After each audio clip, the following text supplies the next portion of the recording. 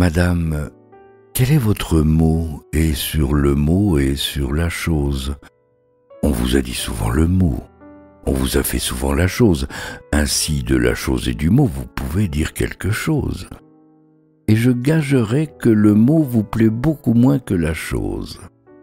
Pour moi, voici quel est mon mot, et sur le mot et sur la chose. J'avouerai que j'aime le mot. J'avouerai que j'aime la chose, mais c'est la chose avec le mot. Mais c'est le mot avec la chose. Autrement, la chose et le mot, à mes yeux, seraient peu de choses. Je crois même, en faveur du mot, pouvoir ajouter quelque chose, une chose qui donne au mot tout l'avantage sur la chose.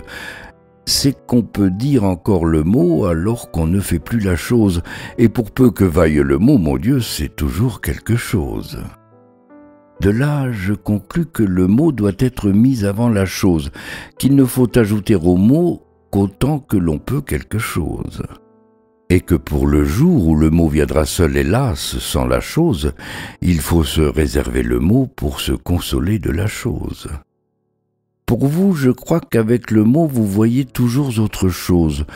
Vous dites si gaiement le mot, vous méritez si bien la chose, que pour vous, la chose et le mot doivent être la même chose. Et vous n'avez pas dit le mot, qu'on est déjà prêt à la chose. Mais quand je vous dis que le mot doit être mis avant la chose, vous devez me croire à ce mot bien peu connaisseur en la chose. Eh bien, voici mon dernier mot, et sur le mot, et sur la chose. Madame, passez-moi le mot, et je vous passerai la chose.